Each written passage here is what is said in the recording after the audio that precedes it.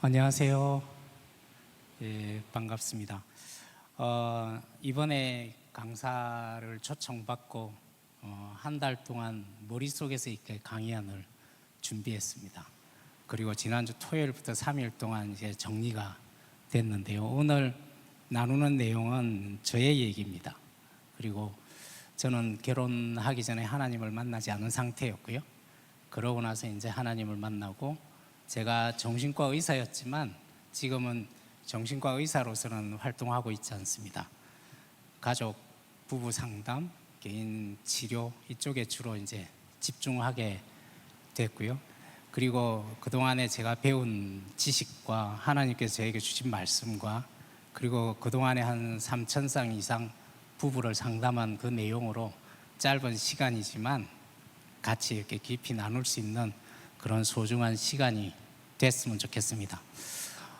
서로 잘 오셨습니다라고 서로 한번 인사해 주시겠습니다. 예. 특히 함께 오신 분이 계시면 사실 가족과 부부를 다루는 것은 상당히 위험할 수도 있습니다. 어려움도 나오고 그럼에도 불구하고 가족이 이렇게 함께 나왔는데 서로 이렇게 같이 오신 분에게 나와 함께 이 자리에 와서 감사하다고 서로 손을 잡고 나눠주시면 좋겠습니다. 오늘 강의 내용은 50분 정도에 이렇게 진행이 되지만 초반에는 이 최근의 상담 분야, 정신의학 분야에서 이전에는 개인 치료에 집중을 했는데 최근에는 이 관계를 치료하는 데 굉장히 집중을 하고 있습니다. 그래서 관계가 심리학적으로나 과학적으로 얼마나 이렇게 소중하게 다뤄지고 있는지 연구나 이 여러 가지 이게 전문가들이 했던 얘기들을 초반에 나눌 거고요. 두 번째는 이런 관계가 소중하다는 건 이렇게 많은 사람이 밝히고 있는데 그 본질적으로 왜 이렇게 관계가 소중한지는 성경이 아니면 사실은 깊이 알기가 어렵습니다. 그래서 성경적으로 이 관계의 소중함을 다룬 내용을 같이 이렇게 알아볼 거고요. 그러고 나서 그렇다면 이 관계가 우리를 회복시켜 주기도 하지만 관계를 통해서 상처를 받기도 합니다. 그래서 이 상처받은 우리 개인이 관계를 통해서 어떻게 회복할 수 있을지 그 부분에 대해서 같이 이렇게 나눠가도록 하겠습니다. 지난주에 저희 가족이 어렵게 이제 시간을 내서 휴가를 떠났습니다. 여러분은 지금 가족을 생각하면 어떤 마음이 떠오르는지 한번 생각해 보시면 좋겠습니다. 나는 우리 가족에 대해서 어떤 마음을 가지고 있지? 가족이란 어떤 것이지라고 한번 생각해 보시면 좋겠어요. 이번에 펜션을 갔는데 그 펜션 주인이 사실 크리스찬이었어요. 그래서 성경 말씀도 여기저기 이렇게 붙어 있고 그래서 그곳에서 이렇게 깨끗하게 잘 정리된 데서 저희들이 쉼을 얻고 왔는데요. 이 마당에 마차가 하나 있는데 그 마차에다가 이런 문구가 새겨져 있었습니다. 그래서 사진을 찍어 왔는데요. 가족은 모든 것이다라는 문구가 새겨져 있었습니다. 여러분은 지금 가족에 대해서 어떻게 생각하는지 모르겠지만 사실은 왜 이 가족이 이렇게 크고 소중한지를 오늘 같이 느껴갈 수 있는 시간이 됐으면 좋겠습니다. 최근에 전문가들이 얘기합니다. 인간을 괴롭히는 가장 강력한 고문이 뭘까라고 이렇게 얘기를 하는데 많은 사람들이 이구동성으로 하는 말이 인간을 괴롭히는 가장 강력한 도구는 사람으로부터 고립시키는 것이 가장 강력하게 그 사람을 고문하는 거라는 얘기를 하고 있습니다. 독방감금이라는 책을 쓴 이 리사 켄트라는 작가가 있는데요. 이분이 독방에 오래 있던 사람들을 이렇게 연구를 해보니까 독방에 오래 있으면 있을수록 정신질환자들이 앓는 그 모든 증상을 다 앓더라는 거예요. 환청이 들리고요, 망상이 생기고 수면장애가 오고 극도의 불안장애가 오고 그래서 독방에 오래 있으면 있을수록 자연스럽게 정신질환자들이 겪는 그런 증상이 나타나더라는 거죠. 우리가 죄를 지으면 사회로부터 고립시킵니다. 그래서 교도소로 보내서 이렇게 고립시키는 게 죄에 있어서 굉장히 중요한 부분이 되겠죠. 그런데 그게 끝이 아닙니다. 교도소에서 잘못을 저지르면 어디로 보내는지 아시겠어요? 독방으로 보내줍니다. 사실 뭔가 이렇게 벌을 준다는 것이 이 사회로부터 격리시키는 게 강력한 고문이 되기 때문에 독방으로 보내진다는 거죠. 그래서 이분이 했던 얘기를 빌자면 인간에게는 가장 중요한 게 타인의 도움인데 이 독방에 혼자 있게 되면 비록 죄를 지어서 이렇게 교도소에 왔지만 타인하고 섞이지 않으면 인간은 이 고립에 의해서 심각한 정신증적인 증상을 앓게 되더라는 걸 이렇게 밝히고 있습니다. 이렇듯 많은 사람들이 이 고립이 인간에게는 가장 큰 고통이라는 얘기를 하고 있습니다. 여러분이 혹시 이 실험을 보신 분이 계실 텐데요. 이 원숭이, 유인원인 이 원숭이를 두고 한 실험인데 어떤 실험이냐면 저기 그림에서 보면 한쪽에는 철사로 된 엄마 모형의 원숭이를 만들었고요. 한쪽에는 부드러운 천으로 된 원숭이 엄마를 만들었습니다. 그리고 철사로 된 원숭이에는 엄마 원숭이에는 젖을 주는 역할을 하고요. 천으로 된 원숭이에는 포근함을 주는 이런 실험을 했죠. 그런데 이 새끼 원숭이가 이 두 엄마 원숭이가 있는데 가서 이렇게 넣어놨더니 맨 처음에는 이 철사로 된 원숭이에 가서 젖을 쪽쪽 빨아먹더라는 거죠. 그러고는 18시간 이상을 천으로 된 어미 원숭이한테 기대면서 계속 이렇게 이 편안함을 누리고 있더라는 거죠.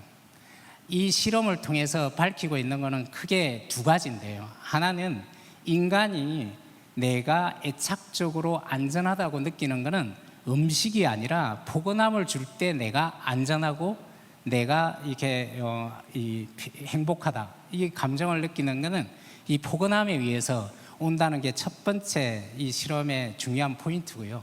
두 번째 포인트는 어떤 거냐면 그렇다면 이 새끼 원숭이 앞에다가 무서운 이 인형을 갖다가 이렇게 갑자기 그 앞에 이렇게 갖다 놓으면 이 새끼 원숭이가 누구한테 달려갈지를 살펴봤는데 백발백중 이 새끼 원숭이는 포근함을 준 어미 원숭이한테 다 달려가더라는 거죠. 그래서 이 실험을 통해서 우리가 알 수 있는 것은 인간이 위기가 닥쳤을 때 나를 포근하게 감싸준 대상이 있다라는 것은 어떤 위기가 오더라도 그걸 이겨낼 수 있는 강력한 힘이 되더라는 겁니다. 그래서 이분이 이 출생 시에 새끼 원숭이를 엄마로부터 분리를 시켰더니 이런 증상이 나타나더라는 거죠. 위축돼서 지내고요, 고립돼서 지낸다는 거죠. 그리고 친구들과 어울리기도 어려워지고 연애를 하는데 어려움을 겪기도 하고요, 자녀를 낳아도 자녀를 양육하는데도 어려움이 있더라는 거예요. 하지만 우리 인간에게도 비슷한 부분인데 우리 인간이 이런 여러 가지 이렇게 어릴 때 이런 소중한 대상이 없었을 때 이런 증상을 겪게 되는데 이걸 극복할 수 있는 부분이 있다는 걸 차츰 드리게 되겠습니다. 그래서 이 실험을 하신 분이 해리 할로우 박사입니다. 이 할로우 박사의 이 실험을 영상을 지켜본 분이 한 분이 있었는데 이분이 누구냐 하면 데보나 블럼이라는 기자였어요. 이 기자가 이 실험하는 걸 지켜보고 나서 무슨 얘기를 했냐면요, 음식은 생명을 유지시켜 주지만 관계가 생명의 근원이구나라는 얘기를 했습니다. 조금 더 풀어서 설명을 드리면요, 우리는 배가 고프면 훔쳐서라도 먹고 살려고 발버둥을 칩니다. 그래서 살기 위해서 음식을 이렇게 먹으려고 하는데 소중한 관계가 작동되지 않고 상처를 입기 시작하면 우리 앞에 산의 진미가 있어도 먹기가 싫어진다는 거예요. 그래서 인간의 근원이 이 관계를 통해서 내 생명의 소중함, 내가 정말 살 가치가 있냐 없냐는 앞에 있는 음식에 의해서 그게 결정되는 것이 아니라 내가 어떤 관계를 하냐에 따라서 그것이 결정이 난다는 거죠. 그래서 우리가 세상에서 겪는 어려움을 겪더라도 누군가한테 달려갈 포근한 곳이 있다는 것은 어떤 어려움이 있더라도 살아갈 힘을 준다는 걸 이분이 얘기를 하고 있습니다. 그렇지 않겠어요? 그죠? 관계가 생명이라는 건 우리는 알고 있습니다. 내가 곧 길이요 진리요 생명이라는 얘기를 했습니다. 사실 다른 곳에 우리 생명이 있는 것이 아니라 우리가 영생을 누리기 위해서는 관계가 회복되지 않으면 우리가 영생을 누릴 수가 없어요. 이 땅에 살면서 우리가 이 땅에서 살아갈 의미를 갖는 것은 이 소중한 관계가 잘 작동이 되고 있나? 관계가 좋냐에 의해서 내가 살 가치를 느끼고 정말 죽고 싶을 정도로 힘든 것은 이 땅에서도 마찬가지 옆에 있는 소중한 사람과 관계가 어떠냐가 훨씬 더 생명의 근원이라는 얘기를 밝히고 있습니다. 이렇듯 여러 가지 부분에 있어서 이런 관계가 중요하다는 얘기를 하고 있는데요. 뭐 어떤 분은 고립이 부부가 싸우거나 가족 간의 갈등이 있어서 고립되어서 지내면 흡연과 고혈압보다도 훨씬 위험하다는 얘기를 하시는 분들도 있어요. 그분의 말을 빌자면 부부가 싸워서 아니면 가족 간의 갈등이 있어서 고립돼서 지내는 아이와 남편과 아내는 그 사람이 매일 담배를 15개 피를 피는 것과 똑같은 신체적인 악영향을 미치더라는 이 하우스라는 심리학자가 밝힌 내용이 있는데, 그것뿐만이 아니라 생물학적으로 인간을 살펴보니까 인간이 이기적으로 혼자 살도록 창조가 됐다면, 만들어졌다면 인류는 이미 멸종되고 말았을 거라는 얘기를 했습니다. 그렇지 않겠어요? 인간의 본질이 혼자 사는 거라 그러면 사실은 가정을 이루고 관계를 같이 맺고 이렇게 가족이라는 이런 좋은 관계를 유지하고 이런 것 자체가 필요 없기 때문에 인류는 종말을 고했을 거라는 거죠. 그래서 생물학적으로 인간은 가치 있는 것 자체가 생물학적으로 해서는 근원적으로 중요한 부분이라는 얘기를 밝히고 있고요. 오타와 대학의 심리학자인 수잔 존슨 박사는, 이분이 이제 정서 중심 부부 치료 모델을 만든 분인데, 이분이 부부 치료에 있어서 전 세계에서 가장 큰 대가인데요. 물론 올해 4월 달에 이렇게 돌아가셨습니다. 근데 이분이 그 관계를 보면서 가족 치료, 부부 치료를 하면서 밝힌 게 인간의 본질은 지혜가 아니더라는 거죠. 호모 사피엔스가 아니라 인간의 본질은 호모 빈클럼이라는 게 결합이라는 용어입니다. 그래서 인간을 살펴보니까 인간은 본질적으로 누군가와 결합하려고 하는 속성이 인간의 가장 중요한 본성이더라는 얘기를 했습니다. 그리고 이분이 한 얘기 중에 하나는 인간이 끝없이 성장을 하는데요, 죽기 전까지 인간은 성장을 한다는 거죠.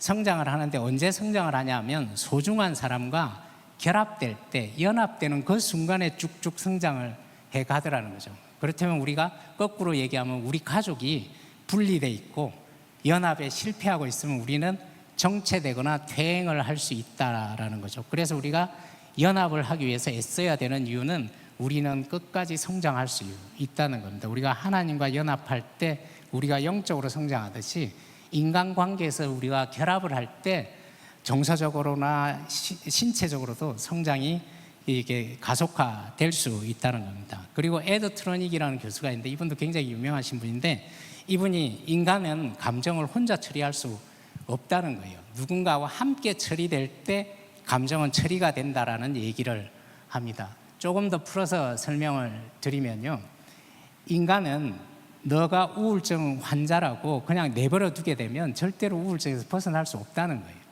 혼자 그걸 처리하도록 내버려 두게 되면 그 감정을 처리하는 것은 불가능하다는 겁니다. 누군가와 다가가서 그 마음을 이해해 주지 않는 이상 그 감정이 사라지지 않게 되더라는 거죠. 그래서 우리가 사회적으로는 또 철학적으로도 얘기합니다. 우리가 너 자신을 알라라고 계속 알려주고 있어요. 그죠? 이게 너 문제라고, 이게 너 자신을 아는 게 중요하다라고 얘기를 하는데, 회복이 과연 그런 데서 오는지는 우리가 다시 한번 생각을 해봐야 될 문제라는 거죠. 옆에 같이 오신 분들한테 한번 서로 얘기를 한번 해보시겠어요? 이렇게 돌아가면서 제가 하는 대로 똑같이 같이 오신 분한테 얘기해 보세요. 제발 당신 자신을 좀 알으라고 한번 해보시겠어요?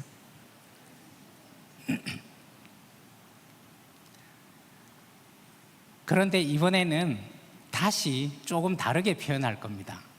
이렇게 표현을 한 번씩 해보시면 좋을 것 같아요. 내가 당신 마음을 알으라고 한번 해보시겠어요?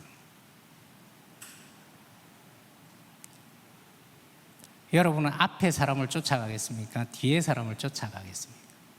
치유는 너가 너 자신을 알라라고 해서 치유가 되는 것이 아니라 소중한 사람이 나를 알아줄 때 그때부터 치유가, 회복이 일어난다는 거죠. 그래서 혼자서 이 감정을 처리한다는 게 굉장히 어렵고 힘들더라는 얘기입니다. 한 7, 8년 전에 50대 남자가 상담을 하러 왔는데 이분이 어릴 때 부모로부터 상처가 많았어요. 아버님은 맨날 술 먹고 이렇게 때려 부시고 욕하고, 어머니는 늘 지쳐서 우울해 있고, 그래서 이 장남인 이 아들은 늘 그 속에서 이렇게 갈등을 겪고 힘들고 했는데 그래도 이렇게 공부를 잘했던 모양이에요. 그래서 대학을 가서 공과대학을 갔는데 고등학교 때까지는 별 문제가 없었는데 대학 가서 앞에서 발표를 하려고 그러는데 너무 떨려서 발표를 할 수가 없는 거예요. 그래서 나갈 때마다, 그런 일이 있을 때마다 그 전날부터 약을 먹어도 이렇게 떨리는 게 멈추질 않고, 그래서 이분이 혼자서 내가 왜 이렇게 두려워하고 떨고 있는지를 살펴봤더니 어릴 때 부모님으로부터 내가 사랑을 받은 기억이 없어요. 맨날 야단치고 비난받고 이런 속에서 살았던 본인이 심리학적으로 이러한 부분들이 나한테 이렇게 자신 있게 누군가한테 나한테 걸림돌이 되는구나라는 걸 알고 대학 1학년 때부터 본인의 이 문제를 해결하기 위해서 백방으로 뛰어다녔어요. 물론 공부도 열심히 했지만 내 이 문제를 해결하기 위해서 책도 보고 영상도 보고 강의도 듣고 이러면서 굉장히 적극적으로 해서 30살 가까이 됐을 때 이분이 어느 정도 좀 편안해지고 결혼을 했습니다.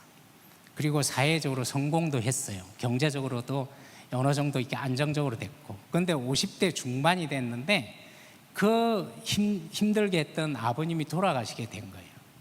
암에 걸려서 곧 돌아가시게 됐는데 그 집에 형제 자매가 3명이 있는데 돌아가면서 병 간호를 하는데 마침 이분이 이제 병 간호를 하게 됐어요. 너무너무나 아버님 모습이 초라하고 너무너무나 안타까워요. 이렇게 행복하게 살 수 있는데도 불구하고 왜 그런 삶을 살았는지. 그래서 이 맨날 술을 마시고 영양적으로는 좋지 않다 보니까 너무너무 왜소해요. 키도 작고 이 바짝 마른 이 아버지를 정성 들여서 닦아주고 치유를 이렇게 회복을 시켜주기 위해서 병 간호를 성심성의껏 했어요. 그런데 이분이 상담을 하러 온 이유가 뭐였냐면, 소장님, 제가 아버님을 그렇게 닦아드리는데 새벽녘에 아버지 귀에다 대고 제가 뭐라고 얘기한지 아세요? 그러면서 눈물을 흘리기 시작해요. 그래서 뭐라고 하셨는데요? 그랬더니 이분이 하시는 말씀이 그 다 죽어가고 꺼져가는 그 아버지 귀에다 대고 뭐라고 얘기를 했냐면, 아버지 돌아가시기 전에 저한테 미안하다고 한마디만 하시면 안 되겠냐고. 여러분이 20대를 이분이 혼자서 자기 문제를 해결하기 위해서 백방으로 뛰어다녔지만 이 소중한 사람의 그 한마디가 필요한 거예요. 나는 다 해결된 줄 알았지만 이 돌아가시기 전에 이 아버지 귀에다 대고 이 말을 들어야 내가 자유로워지고 회복이 된다는 걸 본능적으로 알기 때문에 이분이 그 얘기를 한 겁니다. 여러분, 우리 옆에 있는 사람이 나를 회복시켜 줄 수 있는, 그리고 내가 옆에 사람을 회복시켜 줄 수 있는 엄청난 파워를 가지고 있다는 걸 오늘 같이 배워가면서 관계의 생명을 누리자고, 아까 목사님께서 얘기했는데 풍성히 누릴 수 있는, 우리 크리스찬으로서 관계가 얼마나 소중한지, 우리 옆에 있는 관계를 우리가 어떻게 다뤄야 될지 같이 이렇게 알아갈 수 있는 시간이 됐으면 좋겠습니다. 이 프로피스라는 이 심리학자예요. 이분이 한 연구가 이렇게 의미 있는 결과가 나와서 이제 이렇게 강의할 때 제가 인용해서 쓰는데요. 이분이 어떤 실험을 했냐면, 저 언덕이 제가 이렇게 올라갔던, 아내하고 올라갔던 오름입니다. 제주도에. 사실 저 오름을 멀리서 보면 그냥 완만한 것 같은데 그 밑에서 가서 보면 너무나 이렇게 가파른 생각이, 이렇게 가파른데 사실 놀라게 되는데, 저 오름을 올라가는데 이 프로핏이라는 분이 어떤 연구를 했냐면요, 등산로에다가 이런 책상을 갖다 놓고 이 백팩을 하나 준비를 해놨어요. 그리고 백팩을 준비해 놓고 등산로에 올라가는 분들한테 2가지를 적으라고 그랬습니다. 뭐라고 적으라고 했냐면, 이 백팩의 무게가 어느 정도 되는지 본인의 주관적인 느낌을 적어라. 그리고 저 산의 기울기가 얼마나 되는지를 적으라고 이렇게 했어요. 그러고 나서 오랜 기간 동안 그 연구를 했는데 여기에 놀라운 결과가 나왔다는 거죠. 무슨 결과가 나왔냐면, 혼자 올라가는 사람과 누군가와 동행하는 사람이 백팩의 무게를 훨씬 더 이렇게 같이 가는 사람이 가볍게 이렇게 체크를 하게 되더라는 거예요. 그리고 동산의 기울기도 훨씬 더 완만하다고 이렇게 생각을 하게 되더라는 거죠. 여기서 우리가 이렇게 이해할 수 있는 것은 우리한테 고난은 닥치는데 고난 자체가 괴로운 것이 아니라 혼자 겪는 고난이 괴롭다는 거예요. 문이 닫혀 있으면 우리가 열고 들어가면 됩니다. 그런데 그 문을 누가 닫았을 때, 내가 못 들어올 때 오게 나가지 못하게 잠궈놨을 때는 이 문은 나한테는 너무나 큰 고난으로 이렇게 다가올 수 있다는 거죠. 누군가 함께 있다는 거, 내가 누군가한테 갈 수 있다는 것 자체가 이런 물리적으로 생긴 이 고난도 우리가 극복하는 데 도움이 되지만 심리적인 이 부담을 극복하는 데도 누군가 함께 있다는 것, 누군가가 내 옆에 있다는 것이 그걸 풀어가는데 엄청나게 큰 힘이 된다는 걸 이 연구 결과를 통해서 우리가 알 수 있습니다. 옆에 있는 분이 사실 관계가 좋고 앞으로 회복이 되면 될수록 우리 앞에 무슨 일이 있더라도 그게 시댁 문제든 처가 문제든 우리 자녀의 문제든 우리 부모님의 문제더라도 옆에 있는 사람과 단단해질 때 그걸 극복해 갈 수 있는 힘은 그 두 분 사이에서 이렇게 오게 된다는 거죠. 가까운 가족들과 회복될 때 그 문제가 훨씬 더 이렇게 부담스럽지 않게 극복해 갈 수 있다는 겁니다. 이런 연합 관계에 대한 이론을 낸 분 중에 가장 유명한 분이 여러분도 아시겠지만 존 볼비 박사입니다. 애착 이론이죠. 이분의 이 애착 이론의 본질은 뭐냐면 우리가 외롭고 힘들고 괴롭고 즐거울 때조차도 누군가에게 이걸 나누는 것이 인간에게는 건강한 거라는 거예요. 내가 힘들 때 누군가한테 의지하는 것이 건강하다는 거예요. 인간의 본질은 누구한테 의지해야만 강해질 수 있다는 거예요. 우리가 힘들 때도 외로울 때도 괴로울 때도 누군가 나누는 게 건강한 건데 기쁠 때도 마찬가지라는 거예요. 예를 들면 이런 거예요. 어떤 아내가 운전면허에서 떨어졌는데 8번 만에 붙었어요. 그 즐거움을 남편한테 나누려고 이렇게 전화를 했는데 남편이 개나 소나 이런 얘기를 했다고 상상을 해봐요. 이 기쁠 때도 함께 나누지 않으면 그때부터는 비극이 될 수 있습니다. 우리 자녀가 상장을 받게 됐어요. 그래서 상 받으러 갔는데 얼마나 기뻤겠어요, 그죠? 상을 받으러 이제 이게 상장을 받으러서 이렇게 상장을 받았는데 돌아섰는데 이걸 자랑할 곳이 없네요. 그러면 이 아이는 이 상장이 나를 굉장히 고통스러워 빠뜨리는 부분이 될 겁니다. 이 상장이 중요한 것이 아니라 어느 장소가 중요한 게 아니라 하와이가 중요한 것이 아니라 하와이에서 어떤 경험을 했냐가 훨씬 더 중요하다는 거죠. 신혼여행 가서 5박 6일 동안 싸운 부부는 다시는 가고 싶지 않은 곳이 하와이가 될 거예요. 이 하와이가 본질이 아니라 상장이 본질이 아니라 내가 이걸 누구하고 나누냐가 훨씬 더 중요한 거고 나누고 기대는 것이 인간에게는 훨씬 더 건강한 거고 좋은 거라는 거예요. 그래서 인간의 본질은 누군가로부터 떨어지는 것이 독립이 아니라 누군가 함께 할 때 건강한 독립이 일어난다는 거예요. 우리 자녀가 부모하고 사랑을 받아야 유치원을 쉽게 갑니다. 사랑을 받아야만 훨씬 더 떨어지기가 쉽다는 거죠. 부부도 마찬가지예요. 서로 연합되고 결합될 때 비로소 회사에 가서 육아를 할 때 적극적으로 그 일을 할 수 있는데 인간의 본질은 이게 독립은 누군가로부터 떨어뜨려서 때려서 내보내는 것이 아니라 풀리 두 사람이 잘 연결될 때 그 힘으로 건강하게 독립이 된다는 거죠. 여호와가 내 편이시라 내게 두려움이 없나니 사람이 내게 어찌할꼬.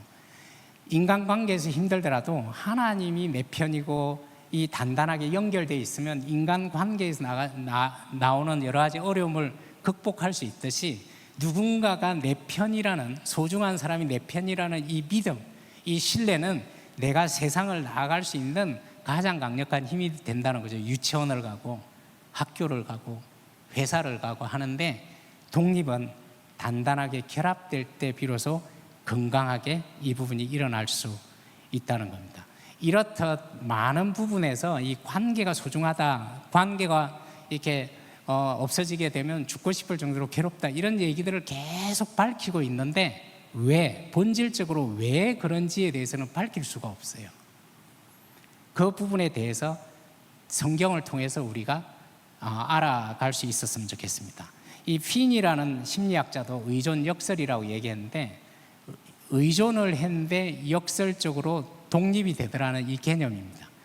그래서 누군가와 이렇게 깊이 연결되고 누군가한테 기대고 하면 할수록 우리는 역설적으로 독립적으로 살아갈 수 있는 힘이 거기서 나온다는 거예요. 인간은 짐승과 달라서 바위에서 떨어뜨려서 독립하는 것이 아니고, 두들겨 패서 내보내서 독립하는 것이 아니고, 안아주고 위로하고 내가 너와 함께 있다라는 이 느낌을 통해서 독립이 강하게 일어난다는 걸, 어쩌면 우리 한국의 이 부분이 가정을 회복하는 데 있어서 가장 강력한 부분이 아닌가라고 저는 개인적으로 생각을 하고 있습니다. 그러면 성경을 통해서 우리가 살펴보겠습니다. 창세기 2장 18절 다 같이 읽겠습니다. 시작. 사람이 혼자 사는 것이 좋지 아니하니 그를 위해 돕는 배필을 지으리라. 에덴 동산을 창조하시고 인류를 창조하는 그 과정에서 하나님께서 매일매일 너무너무 좋았어요. 이것도 좋았고 저것도 좋았고 하루하루 이렇게 창조할 때마다 하나님은 너무너무 좋았어요. 그런데 그 에덴 동산의 모든 게 좋은 모습 속에서 딱 한 가지만 좋지 않았어요. 그게 뭐였냐면, 하와가 혼자서 하나님의 사역을, 에덴 동산을 지키고 경작하고 실과 이름을 짓고 하는 하와 혼자서 하나님의 일을 다 감당하고 있는 그 부분만 좋지 않았어요.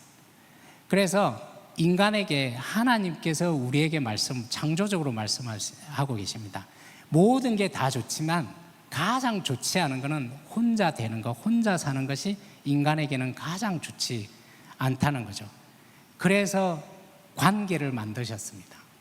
인간에게 가장 좋지 않은 걸 가장 좋게 하기 위해서 만든 게 인간의 관계라는 거죠. 그 관계 중에 가장 중요한 게 부부라는 거예요. 그래서 가정을 만든 이유가, 인간의 본질을 창조하신 하나님께서 우리 인간의 본질을 아시는 하나님이 가장 좋지 않는 이 부분을 가장 좋게 할 수 있는 것은 가정이라는 그 부분을 우리에게 알려주고 계십니다. 아담이 에덴 동산에서 혼자 열심히 일하고 있는데, 그걸 해결하기 위해서 골프가 그걸 해결시켜 줄 수 있으면 에덴 동산에 골프장을 지어주지 않았겠어요? 그리고 친구가 좋다면 아담 2, 아담 3, 아담 4, 본질적으로 이 성인의 절대 고독, 이 우주에서 혼자 있는, 인간으로서 혼자 있는 그 절대 고독을 해결할 수 있는 게 친구라면 하나님은 가장 좋은 사람을 붙여주니까 그랬을 거예요. 그게 만약에 술이라면 술을 빚어서 줬겠죠. 하지만 인간이 느끼는 절대 고독을 해결할 수 있는 가장 기본적인 것은 가정, 부부, 가정의 출발이 된 이 부부를 통해서 가능하다는 거예요.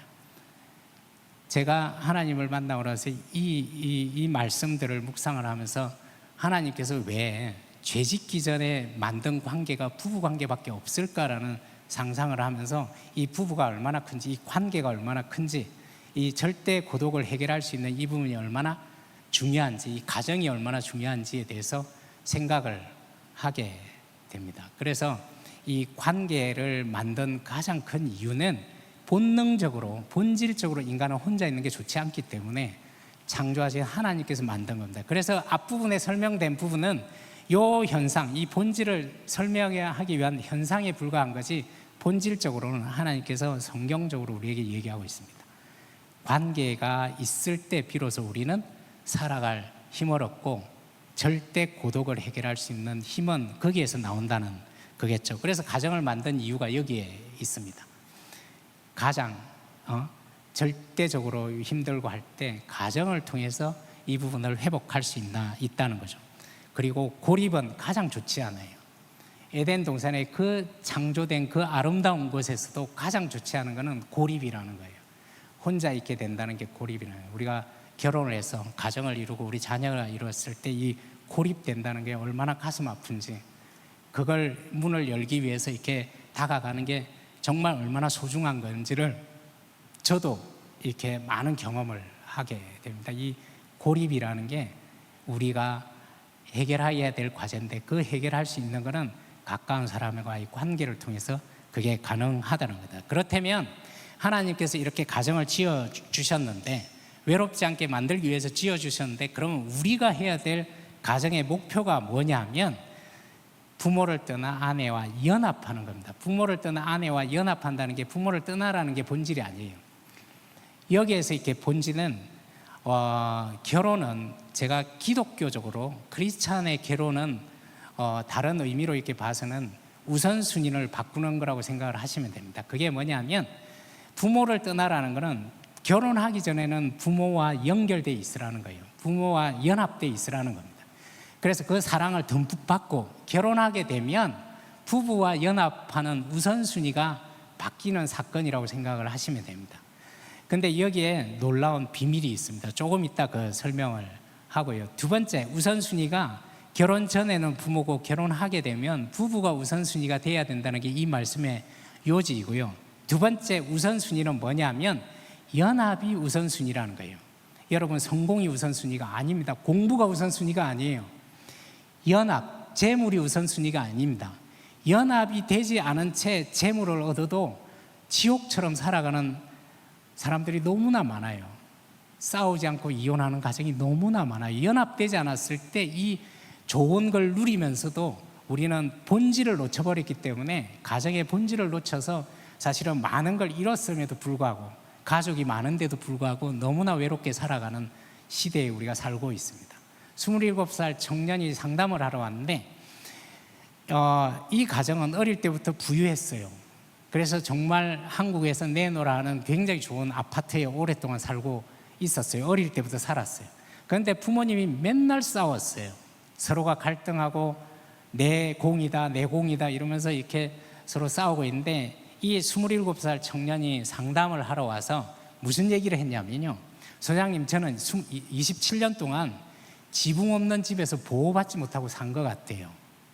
그 좋은 집에 살고 있었지만 이 연합이 깨지게 되면 불을 이뤄도 본질이 없으면 그 자체가 굉장히 고통 속에 살아가게 된다는 거예요. 불을 이뤄야죠. 그리고 우리가 잘 됐으면 좋겠습니다. 모든 사람이 잘 되고 성공하고 하는 게 되어야 된다는 것은 우리 크리스찬이 열심히 그런 부분들에 대해서 노력을 해서 되는 거에 대해서는 진심으로 박수를 보냅니다. 하지만 소중한 사람과 연합이 없는 상태에서 그게 이루어져서는 사상 누각에 불과하다고 하나님께서 우리에게 알려주고 계십니다. 첫 번째는 부모가 어린아이한테는 우선순위고 부모의 사랑을 받아야 되고, 결혼한 사람은 부부간에, 그래서 부모 역할을 하면서 힘든 것은 자녀한테 사랑을 받는 것이 아니라 부부간에 서로 사랑을 받는 것이 중요하다는 거예요. 그래서 우선순위가, 결혼하는 순간 부부가 우선순위가 돼야 된다는 걸 우리가 다시 한번 생각을 하시면 좋겠습니다. 부부가 싸우는 이유는 딱 한 가지입니다. 시댁이 힘들게 해서 싸우는 거 아니에요. 처갓집이 힘들게 해서 싸우는 게 아닙니다. 자녀가 양육이 힘들어서 싸우는 게 아니에요. 부부가 싸우는 이유는, 제가 그동안에 3,300상 정도 부부를 상담을 하면서 여러 가지 문제를 가지고 우리가 싸운다고 오지만, 시댁 문제를 예를 들어서 시어머니가 힘들다고 해서 바로 싸우는 게 아니라, 시어머니가 힘들 때 내 배우자가 나한테 다가오지 않을 때 그때부터 싸우는 거예요. 본질적으로 그것 때문에 싸우는 것이 아니라, 육아가 힘들어서 싸우나요? 저 녀석이 날 닮아가지고 당신 힘들겠다고 이렇게 하면 싸움으로 가지 않아요. 육아가 힘들어서 싸우는 게 아니라 그 힘든 마음에 분리되냐 연합하냐에 따라서 싸우는 것이, 육아가 힘든 게 본질적으로 싸움의 근원이 아니라는 걸 우리가 생각을 하시면 좋겠습니다. 그래서 부부 싸움은 너가 이것 때문에 싸운다고 얘기하지만, 그걸로 인해서 힘들 때, 다가오지 않을 때 궁극적으로 이렇게 갈등이 생긴다는 거죠. 그렇다면 가정을 세운 목적이 뭔지에 대해서 다시 한번 생각을 하시면 좋겠습니다. 우리가 나가야 될 곳은 연합을 위해서. 그래서 이 자리에 오는 여러분들이 정말 소중합니다. 연합을 배워가고 연합을 해야 되는구나. 우리가 성공도 중요하고 그걸 이루지 말라는 게 아니라 지금부터 연합을 향해서 가야 될 우리가 목표 지점이 그거구나라는 게 중요한데, 이 가정을 세운 목적을 하나님께서는 분명하게 밝히고 있습니다. 하나님은, 시작, 하나님은 외로운 사람들을 위해 가정을 이루시고 사슬에 묶인 사람들을 풀어주신다. 인류의 절대 고독을 느끼는 그 아담 한 생명을 살리기 위해서 세운 곳이 가정이라는 거예요. 절대적으로 인간의 외로움을 해결하기 위해서 가정이 세워졌다는 겁니다. 그런데 어떤가요? 집에 들어가면 너무너무 외로운 시대에 우리가 살고 있어요. 왜냐하면 유교적으로 가정의 사랑이라는 걸 잘 몰랐어요. 오랜 기간 동안 도리가 살아남고 사랑이 없어진 시대에 우리가 살고 있었어요. 공의만 있고 도리가 있고 사랑이 없는 시대에 살았기 때문에 가정에 들어가면 외로울 수밖에 없습니다. 여러분, 연합, 가정에 하나님께서 우리에게 말씀하고 계신 이 연합, 사랑을 회복해야 되는 게 우리 한국 가정에 지금 필요한 부분입니다. 두 번째로 외로운 사람을 위해서 가정을 세웠는데 사슬에서 풀어주신다는 거예요. 이 사슬에서 묶인 사람을 풀어준다는 것이 굉장히 중요한 부분인데 그 부분은 차츰차츰 설명을 드리도록 하겠습니다. 그렇다면 이럼에도 불구하고 우리는 여러 군데서 상처를 받고 힘든 상황이 생겨요.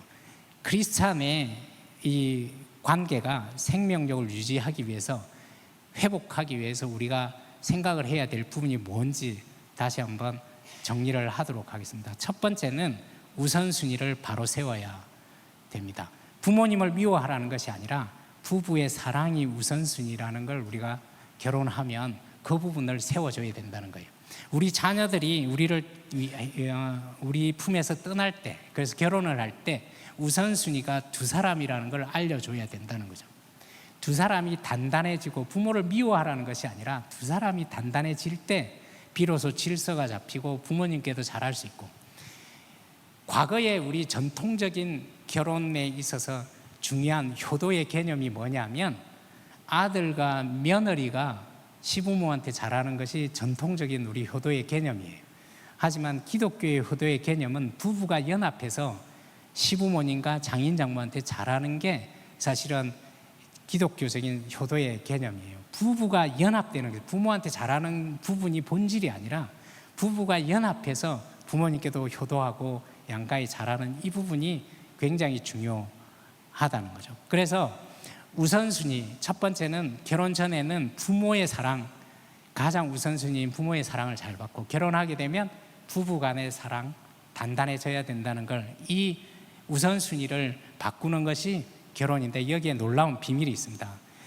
우선순위의 사랑을 받으면 후순위를 사랑할 수 있기 때문에 그렇습니다. 다른 말로 풀어서 얘기하면 어린아이는 부모의 사랑을 받아야 동생을 사랑할 수 있고요, 친구를 사랑할 수 있다는 거예요. 우선순위의 사랑이 있어야 후순위를 사랑할 수 있다는 겁니다.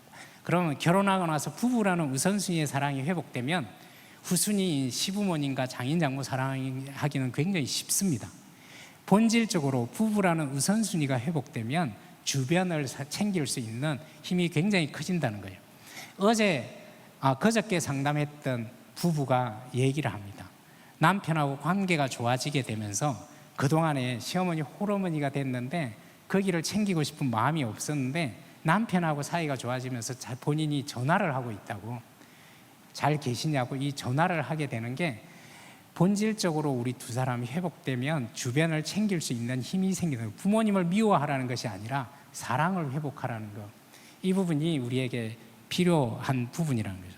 그래서 후순위를 사랑하기 위해서 어린아이는 부모의 사랑을 받아야 되고 부부는 서로 우선순위의 사랑을 받아야 된다는 겁니다. 두 번째, 이 부모와 부부 관계는 자신과 타인에 대한 생각을 결정을 해요. 이게 굉장히 중요한데요, 부모의 사랑을 받으면 내가 사랑스럽고 다른 사람을 믿을 수 있다라는 이 긍정적인 마음이 생겨요.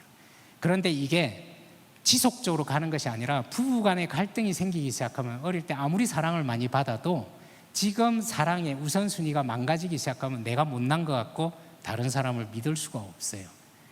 다른 사람을 신뢰하기가 굉장히 어려워집니다. 여기에서 우리가 사슬이 생겨요. 우리가 사랑을 회복하지 못하면 내가 못난 것 같아서 한 발짝도 밖으로 나가기가 굉장히 어려워집니다. 다른 사람을 기댈 수 없기 때문에 그 사람한테 다가가기도 굉장히 어려워진다는 거죠. 그래서 자신과 타인에 대한 긍정적인 생각이 어릴 때뿐만이 아니라 지금 소중한 관계가 회복될 때 긍정적으로 변화될 수 있다는 거예요. 어릴 때 아무리 상처가 있더라도 지금 부부간에, 연인 간의 사이가 좋으면 차츰차츰 내가 긍정적으로 변하기 시작합니다. 지금 현재 맺는 관계가 건강해지면 이 부분이 회복될 수 있다는 거죠. 세 번째는 이 관계는 상처를 회복할 수 있다는 거예요. 그래서 어릴 때는 부모와의 관계를 통해서 친구와 힘든 걸 회복할 수 있고, 결혼해서는 내가 어릴 때 받은 상처조차도 지금 소중한 부부와의 관계를 통해서 이해를 받게 되면 이걸 회복할 수 있다는 겁니다. 두 번째는 생명력을 유지하기 위해서 우리 크리스찬 가정은 연합을 결단을 해야 된다는 거예요. 지금 이 시대는 연합을 깨는 식으로 계속 다가와요. 부부가 갈등이 있으면 로맨스, 외도를 하고 다른 사람을 만나는 게 훨씬 달콤하다고 지금 많은 언론에서, 많은 영화에서 외치고 드라마에서 외치고 있어요. 요즘 이 부부 문제를 다루는 게 이전에는 회복을 다뤘지만 제가 6년 동안 부부가 달라졌어요. 거기에서 회복을 다뤘는데 요즘 다루는 건 전부 이혼을 다루고 있어요. 이혼 지옥이니 이 결혼 지옥이니 이런 계속적으로 이걸 깨는 쪽으로 가고 있는 이 아픈 현실에 놓여 있습니다. 연합이 아니라 분열이 계속 이렇게 가속화시키는 이 시대에 우리는 지켜야 될 부분이 지금 내가 맺고 있는 우리 가족들, 내 부부, 지금 비록 아프지만 끊임없이 이 부분을 연합해 가야 되겠다고. 특히 우리 온누리 교회에 여러 가지 회복 사역이 많이 있잖아요. 그죠? 부부 회복 사역도 있고 가정 회복 사역, 뭐 파워 임팩트라고 이 사춘기 자녀들과 부모와 함께 교육하는 프로그램, 다양한 프로그램들이 있는데 이 우리 온누리에서 하는 이 회복 사역, 연합의 사역에 여러분도 동참을 하시면 정말 좋을 것 같아요. 이 시대는 분열을 시키고 있지만 우리는 회복을 해야 되는 부분이 우리한테 중요하지 않다는 거죠. 세 번째, 중요하다는 거죠. 세 번째는 연합을 하기 위해서 우리는 표현하는 걸 배워야 됩니다. 어쩌면 크리스찬들이 자 용서하라고 그러고 이렇게만 그냥 계속 조언을 하다 보니까 진짜 내 마음을 표현하는 걸 잃어버리고 살아가고 있습니다. 교회에서 내가 힘들고 너가 힘들고라는 진짜 마음을 표현하는 게 중요한데, 과거에 그런 게 있었죠. 그죠? 말로 꼭 표현을 해야 되냐고. 표현해야 됩니다. 심지어 표현하지 않으면 반대로 알아요. 어느 남편이 심각한 잘못을 저질렀어요. 그 순간부터 이 아내는 식음을 전폐하고 드러 누웠습니다. 아무것도 하기 싫어요. 너무나 큰 상처를 줬기 때문에, 이 외도로 인한 상처가 너무나 아팠기 때문에 아무것도 할 수 없이 그냥 이렇게 식물인간처럼 그냥 침대에 누워 있었어요. 그리고 남편이 들어오려고 그러면 폭발하기 시작했습니다. 그래서 물만 가지고 들어가서 내가 죽어버리겠다고 이런 얘기도 뱉고 방 안으로 들어갔는데, 들어가면 너무나 분노하기 때문에 남편이 두려워서 가지를 못했어요. 하루가 지나고 이틀이 지나고 3일이 지났는데 안에서 인기척이 없어요. 남편은 걱정되기 시작했습니다. 어떡하지? 들어가면 또 아내가 폭발하고 아내가 또 마음이 이렇게 흥크러질 텐데 이 들어갈 수도 없고. 그래서 사흘째 되는 날 밤에는 내가 혹시 지금 걱정이 되는 게 뭐냐면 아내가 정말 죽었으면 어떡하지라는 생각이 들기 시작하면서 너무너무 두려웠어요. 그래서 몰래 문을 따고 깜깜한 밤에 핸드폰 불빛으로 가는데 인기척이 없어요. 그리고 조용히 침대맡에 가서 아내 코에다 이렇게 손을 갖다 댔더니 숨결이 느껴지는데 본인 얘기로는 눈물이 났다고. 혹시 죽었으면 어떡하지라고 생각했는데 살아있는 게 너무가 안도가 돼서, 그래서 이분이 그 다음날 무릎 꿇고 들어가서 내가 정말 잘못했다고 회복하자고 그러고 이분들이 상담을 하러 온 부부예요. 그런데 첫날 이 아내의 얘기가 정말 놀랍습니다. 아내가 첫날 무슨 얘기를 하냐면요, 소장님 제가 너무 분노가 되고 너무 상처가 돼서 남편하고 싸우고 화가 나서 싸우고 이렇게 했는데, 하루가 지나고 이틀이 지나고 3일이 됐는데도 남편이 찾아오지 않을 때 너무너무 화가 나고 이렇게 고통스러웠다는 거죠. 그런데 나흘째 되는 날 밤에 조용히 남편이 들어오더니 내 코에다 손을 대고 이렇게 밖으로 나가는데 아내가 그때 뛰어내리려고 그랬대요. 이 사람이 내가 죽은 걸 확인하러 들어왔구나. 여러분, 말하지 않으면 거꾸로 안 되니까요. 사랑하는데 사랑한다고 얘기를 하지 않으면 미워한다고 생각을 합니다. 그래서 사랑하는 것과 사랑한다고 말하는 것은 완전히 다른 문제예요. 고마운데 고맙다고 얘기하지 않으면 파렴치범이라고 생각할 수도 있어요. 표현하지 않으면, 여러분 지금 누군가한테 고맙다는 생각, 미안하다는 생각이 들면 내 이 마음을 갖고 있으면 사실은 회복에 아무 도움이 되지 않아요. 그걸 표현하지 않으면 그 부분은 오히려 반대로 생각할 수 있다는 걸 우리가 생각을 하시면 좋겠습니다. 회복을 신뢰해야 된다는 겁니다. 창세기 2장 24절에 이러므로 남자가 부모를 떠나 그 아내와 연합하여 둘이 한 몸을 이룰지로다. 그러고 나서 25절에 이렇게 얘기하고 있습니다. 아담과 그 아내 두 사람이 벌거벗었으나 부끄러워 아니하니라.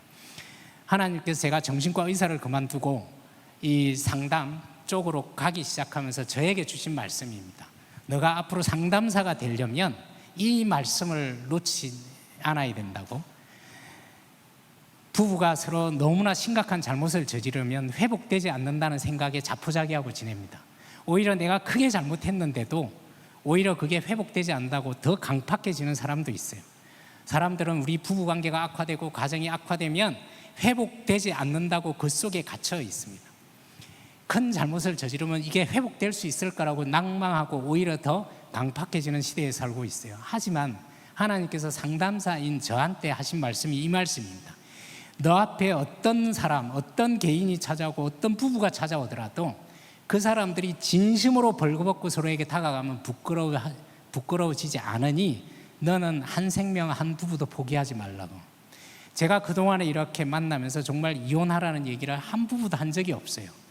이렇게 살라는 게 아니라, 폭력 속에 살라는 게 아니라, 술 먹는 그 속에 살라는 것이 아니라 그것을 극복하고 거기로 인해서 생긴 상처를 진심으로 다가가서 벌거벗으면 부부는 부끄럽지 않게 그걸 회복시켜 줄 수 있다는 그 힘을, 인류 최초의 관계로 만든 이 부부 관계에는 그 힘을 숨겨놨으니 포기하면 안 된다고. 여러분, 포기하면 안 됩니다.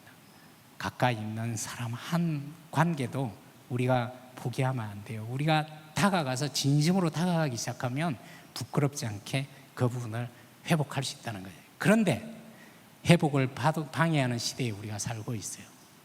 우리가 너무나 쉽게 사슬에 묶이게 하는 말들을 사용하고 있습니다. 그게 뭐냐면, 여러분 혹시 이런 말을 사용하지 않나요? 너무 쉽게 사용해요. 사람 변하지 않는다고. 사람 고쳐 쓰는 게 아니라고. 여러분, 이 시간 이후에 우리 크리스찬은 이 말씀을 사용하시면 안 돼요. 우리가 습관처럼 TV에서 사용하고 그냥 하다 보니까 사람 변하지 않는다고 이런 얘기. 여러분, 이 생각 때문에 변화를 시키지 못합니다. 내가 이 생각을 갖고 있기 때문에 아무도 변화시킬 수가 없어요.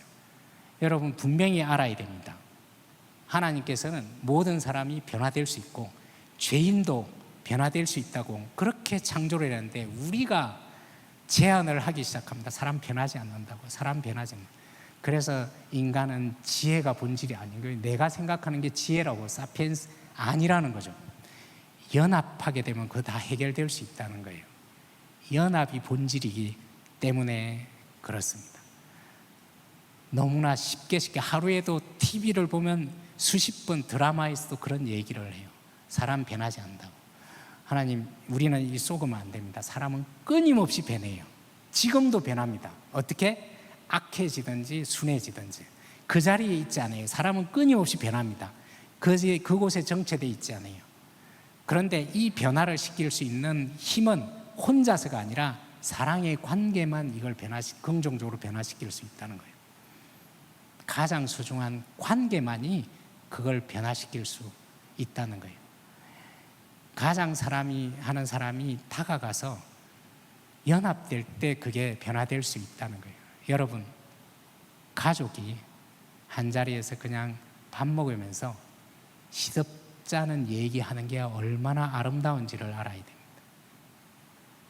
조언을 하고 충고를 하는 것이 아름다운 것이 아니라 정말 가볍게 우리가 얘기하는 그게 얼마나 가치가 있는지를 우리가 반드시 생각을 해야 된다는 거죠. 한 번 하면 절대로 멈추지 않는다라고 그냥 해서 포기하는 이런 말들 속에서 우리는 사슬에 묶이게 되고 더 이상 회복을 포기하는 시대에 우리가 살고 있습니다. 그렇지 않아요. 끊임없이 변화됩니다. 지금도 변화될 수 있고요. 우리 자녀들, 우리 부모 안 된 아니에요. 부모도 변화될 수 있어요. 우리가 이제부터 어떻게 관계하냐에 따라서 그게 변화될 수 있다는 거예요. 무엇보다도 변화될 수 있다는 확신을 가져야 변화를 시킬 수 있다는 거예요. 사슬에 묶이는 말에 판단하는 말, 진단하는 말이 사슬에 묶이게 합니다. 넌 우울증 환자야. 너는 장애자야, 병자야. 자기애성, 인격장애, 분노조절장애, 경계성, 사이코패스 이런 진단을 내려가지고 상담하러 다 와요. 일반인들이. 여기에는 우리 전문가들이 정신 차려야 된다고 저는 생각을 해요. 정신과 의사들, 심리 이 전문가들이 TV에 나와서 병원에서 내려야 될 진단을 아무한테나 막 내려요. 사회적으로 조금만 그러면 진단을 내려서 이렇게 얘기를 하다 보니 이 진단이 병원에서 우울증 환자로 진단을 해서 약을 처방하는 것은 괜찮은데 가족들이 이제는 진단을 내려서 더 이상 거기서 빠져나오기 못하게 우리가 막게 된다는 거죠. 40대 초반의 남편인데 한 달 정도 됐어요. 너무너무 아름다운 이 남편이 있었어요. 결혼하고 나서 아내가 심한 우울증에 빠졌어요. 그래서 상담하러 와서 상담 진행 중에 아내가 얘기를 합니다. 조금 더 가까워지고 자기 얘기를 하기 시작하면서 뭐라고 얘기하냐면 남편이 우울증 환자인 나를 사랑할 수 있겠냐고. 그런데 이 남편이 뭐라고 얘기하냐면 선생님, 저는 우울증 환자랑 결혼한 게 아니라 사랑하는 아내가 우울해졌어요 라고 얘기를 해요. 그 두 사람이 회복해요. 이 시각이 우리가 회복하는데, 그래서 우울한 것이 우울증 환자라는 관점이 아니라 우울해서 얼마나 힘들까를 알아야 된다는 거죠. 병원에서 그런 진단을 내리되 우리는 내 배우자가, 내 자녀들이 우울해서 얼마나 고통스러울까, 이 마음을 알아줄 때 비로소 변화가 일어난다는 거예요. 다시 한번 아까 서로 나눴던 사람들끼리 한 번만 더 똑같이 해보시겠어요? 당신은 우울증 환자야라고 한번 얘기해 보시겠어요?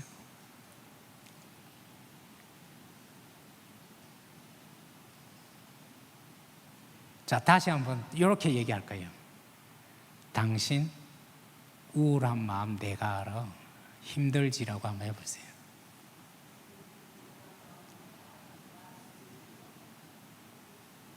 그냥 이 얘기만 들어도 편해지지 않나요? 하나님께서 진단 내리지 않아요. 하나님의 회복 방식입니다. 항상 그냥 내버려 두지 않습니다. 항상 다가오시잖아요. 진단 내리고 끝내버리는 것이 아니라 다가와요. 두려워하지 말라. 내가 너와 함께 한다고. 너 자신을 알라고 하지 않아요. 내가 널 머리털 끝까지 다 안다고. 내가 안다고. 여러분, 내가 안다고 했을 때 회복이 가능하다니까요. 내가 너를 안다고. 네가 얼마나 힘든지 내가 너를 안다고. 그럴 때 회복이 이루어진다는 걸 우리가 생각을 하시면 좋겠습니다. 어릴 때 상처가 있었던 청년이 왕따를 당하고 학교에서도 힘든 일을 당하고 부모님한테 얘기를 했는데 야단을 맞고 30살이 됐는데 갇혀버렸어요. 밖을 나가지를 못해요. 돈을 너무나 많이 뜯기고 이렇게 해서 집에서 훔쳐서도 갖다 주고 이런 걸 상담 통해서 얘기를 했는데 이런 얘기를 한 번도 해본 적이 없어요. 그래서 밖으로 나가지 않는데 32살인 청년이 상담을 하러 와서 저한테도 얘기를 하지 않아요.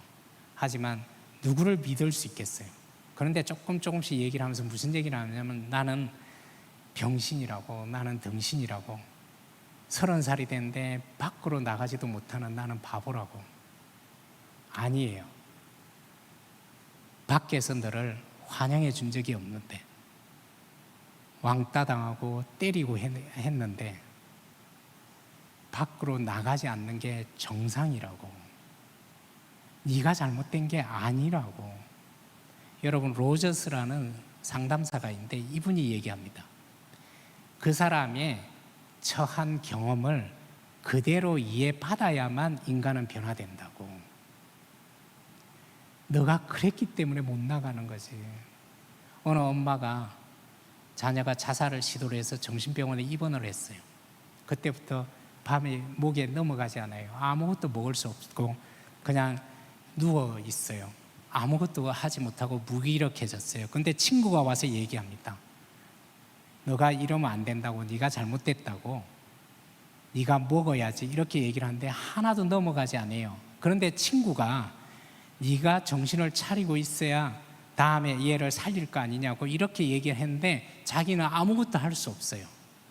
그러니 애가 병원에 입원한 것도 나한테는 너무나 괴로운데 친구들이 내가 정신을 안 차리고 있는 게 이게 내가 잘못됐구나라는 여기에 또 너무나 죄책감이 들기 시작한 거예요. 제가 그분한테 얘기했습니다. 자식이 자살 시도를 해서 병원에 입원을 했는데 목에 넘어가는 게 그게 정상이겠냐고. 여러분, 그 사람의 경험을 함부로 재단하지 말고 그 사람이 경험한 아픔을 이해해 주셔야 됩니다. 아픔을 이해할 때 비로소 거기에서 이렇게 벗어날 수 있는 힘이 생긴다는 거죠. 그래서 어릴 때 내가 나가면 두렵고 내가 나가면 너무 힘들었기 때문에 이제는 밝아졌는데도 불구하고 나가라고 아무리 얘기한다고 해서 나가기가 쉽지 않아요. 여러분이 그 감옥으로 같이 들어가서 같이 손을 잡고 나와야 됩니다. 괜찮다고. 거봐, 괜찮아. 네가 지금 이렇게 고통스러워하는 거 너가 그렇게 당했으니 나가는 게 쉽지 않아. 괜찮아. 나랑 같이 여기 있어도 돼. 여러분 함께, 내가 너와 함께 한다고. 함께 있을 때 비로소 나갈 수 있는 힘이 거기서 나오게 된다는 거예요. 그 청년이 상담을 하면서 제가 끊임없이 그럴 수 있다고, 그랬겠다고, 충분히 이해된다는 이런 얘기를 계속 하는데 상담 장면에서 뭐라고 얘기하냐면 어느 날은 소장님 깜깜한 밤에 바늘구멍으로 빛이 한 줄기 들어오는 느낌이 든대요. 나가라고 하지 않았어요. 너가 그 깜깜한 밤에서 얼마나 외롭고 힘들었겠냐고. 이해가 된다고. 한 발짝도 나갈 수 없는 그 마음이 이해가 된다고. 이렇게 했더니 어느 날은 이 상담실 위에 파이프가 하나 들어와서 산소가 공급받는 느낌이 든대요. 생명을 살리는 게 관계입니다. 우리가 그 사람을 이해해 줄 때 잘못됐다고 그러지 말라고 야단치는 것이 아니라 네가 왜 그런지 내가 이해한다고 깊이 함께 할 때 비로소. 우리 아내가 어릴 때 장인 장모로부터 상처가 있을 때 네가 그때 어릴 때 그게 얼마나 힘들었겠냐고 함께 할 때 그걸 극복할 수 있습니다. 그게 잘못됐다가 아니라 어릴 때 그랬다면 얼마나 힘들었겠어요. 그 마음이 함께 할 때 그런 부분들이 벗어날 수 있다는 거죠. 제가 이번 집회를 이렇게 준비하면서 월요일 날 아내하고 기도하던 중에 갑자기 이 말을 전하라고 하나님께 저에게 얘기했습니다. 이 집회에 참석하고 또 다른 방송을 통해서 보고 있는 분들에게 누군가를 도우는데 초점을 맞추기보다는 한 사람도 빠짐없이 도움을 청하는 것이 더 중요하다는 걸 반드시 얘기를 하라고. 여러분, 부모한테 사회적으로 힘든 게 있는데 나를 아무도 도와주지 않을 거라고, 아무도 모를 거라고 도움을 청하는 데 주저함이 있다면 여러분, 도움을 청하는 것이 건강한 거고 도움을 청하는 것이 소중하다는 걸 하나님께서 우리를 기다리고 있듯이 여러분이 도움을 청하게 되면 주변에 반드시 도와줄 수 있는 사람들이 있을 겁니다. 부모님도 도움을 청하십시오. 자녀 문제 때문에 정말 힘들면 누군가한테 정말 도와달라고 어떻게 하면 좋겠냐고 혼자 끙끙 앓지 말고요. 우리 자녀들도 부모와 사회적으로 여러 가지 어려운 상황이 있다면 한 발 나와서 도움을 청할 때 그게 건강한 거고 잘못된 것이 아니고 그것이 굉장히 큰 부분이라고.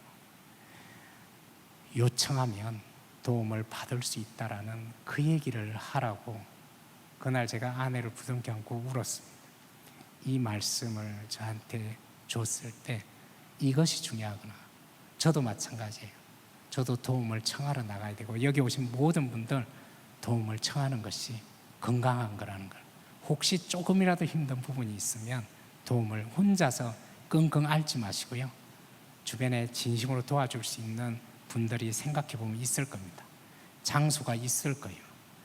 그분들한테 용기를 내서 도움을 청하셨으면 좋겠습니다. 하나님께서 가정을, 창세기 68장 6절에, 시편 68장 6절에 외로운 사람들을 가정을 만드시고 위에서 가정을 만드시고 사슬에서 풀어주신다라고 68장 6절에 가정을 통해서 회복시켜 주는데, 하나님은 가정을 잃은 분들한테도 다가오신다는 거예요. 그 바로 위에 68장 5절에 그 거룩한 곳에 계시는 하나님은 고아들에게도 아버지가 되고 혼자 된 사람한테도 가정이 되어 주시는 하나님이십니다. 과부들에게도 변호인이 되어 주신다는 거예요. 그래서 가정을 통해서 회복하지만 혼자라는 느낌 들더라도 하나님과의 관계를 통해서만 회복됩니다. 혼자 회복할 수가 없어요. 관계를 통해서 회복해 하나님께 나가고 가까운 사람한테 나가는 저희들이 됐으면 좋겠습니다. 내 편 되시는 주님 힘을 얻어서 우리가 세상을 나아갈 수 있듯이 가장 가까운 사람과 지금부터 연합하고 회복하기를 결단하셨으면 좋겠습니다. 무슨 일이 있더라도 배우고 이런 데 참여해서 아버지 학교니 부부 학교니 하나님 가정 훈련학교 여러 가지 우리 온누리에서 하고 있는 이 사역들을 통해서 나아가셔야 됩니다. 혼자서 해결할 수가 없어요. 가까운 사람에게 나가고 가까운 이런 모임에 나가고 하나님께 나아가는 것이 건강한 것이고, 나아가야만 회복할 수 있다는 걸 우리가 반드시 힘을 얻었으면 좋겠습니다. 단절은 상처입니다. 우리가 단절된 것은 상처예요. 하지만 이 단절됐다고 느끼지만 인간의 본성은 하나님께서 이렇게 만들었어요. 단절되어 있지만 나를 봐달라고 연합하려고 하는 이 본성이 있다는 걸, 우리 자녀가 혼자 있지만 우리가 다가가면 반응한다는 이 확신을 가졌으면 좋겠습니다. 그래서 이 내면의 이 마음을 표현하는 저희들이 됐으면 좋겠습니다.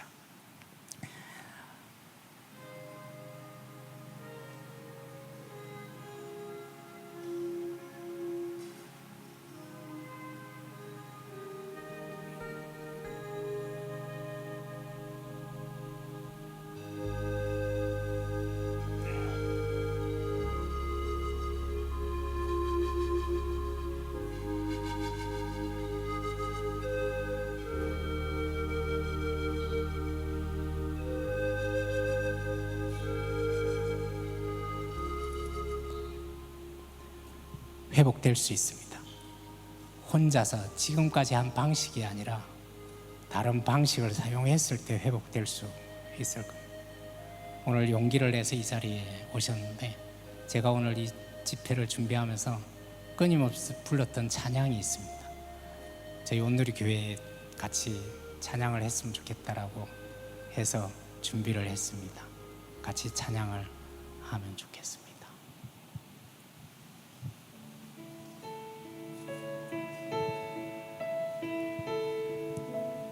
옆에 분 손을 잡고 따라.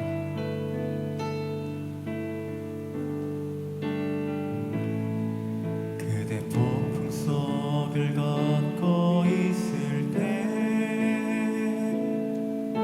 비바람을 마주해야 할 때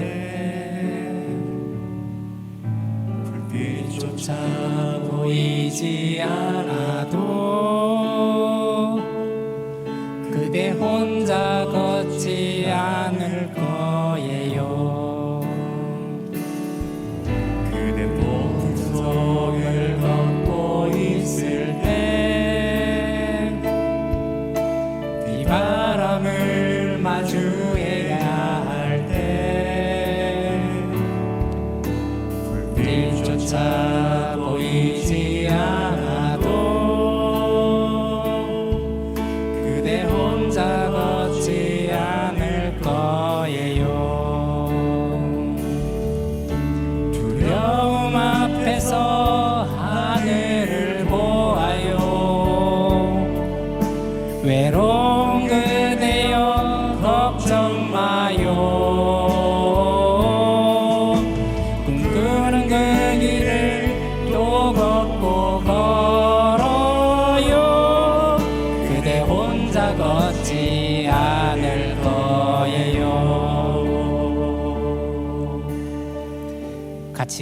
기도하겠습니다. 하나님께서 혼자 버려주지 않는다고 했습니다. 내가 회복을 시도하는 그곳에 하나님께서도 함께 한다고 했습니다. 여러분, 혹시 우리가 너무 쉽게 사슬에 묶이는 말을 뱉었다면 그분들을 떠올리고 회복하겠다고, 그것이 본질이 아니라 회복할 수 있다고, 내가 그 부분에 대해서 다시는 그런 말을 쓰지 않겠다고, 우리가 진단 내리는 말, 판단 내리는 말을 했다면 다시 한번 그 부분을 돌아보고 내가 힘들어서 그랬고 당신이 힘들어서 보여서 그랬는데 같이 회복하자고, 반드시 우리는 회복할 수 있다고. 하나님께서 저희들에게 어떤 영혼도 놓지 않고 회복될 수 있다고, 그것이 관계를 통해서 가능해지고 지금까지 방식이 아니라 새로운 방식을 통해서 회복될 수 있다고 우리에게 알려주셨으니 우리가 끝까지 포기하지 않고 나아갈 수 있도록 서로 가까운 사람과 소리내서 같이 기도하도록 하겠습니다.